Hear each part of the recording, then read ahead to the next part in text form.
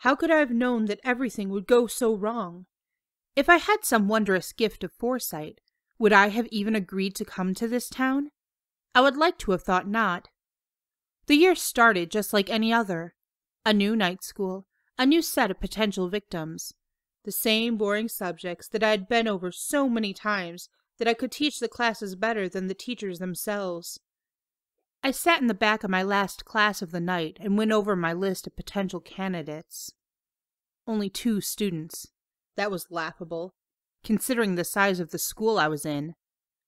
I tapped my pencil briefly against the desktop and sighed in exasperation as I watched the last group of students steadily pour in through the gloomy classroom door.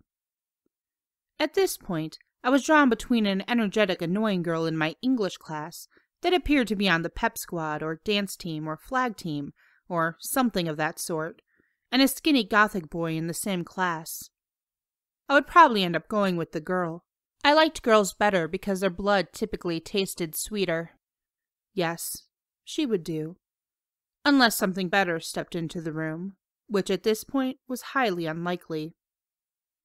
The class filled up slowly and I stared blankly at the door, scanning over each student who stepped into the room. I examined many things when choosing a victim: their body type, the amount of acne they had, their facial expressions and eye movements, the condition of their clothing, and the way that they dressed. All of these things told a great deal about how someone would taste. If I could have judged on looks alone, though, then I wouldn't have even bothered to get to know my victims. No. I had made too many mistakes in the past that had led to a bad taste in my mouth and the waste of my yearly kill. This was all part of learning how to be a vampire, testing, and figuring out how to read people until the art was perfected.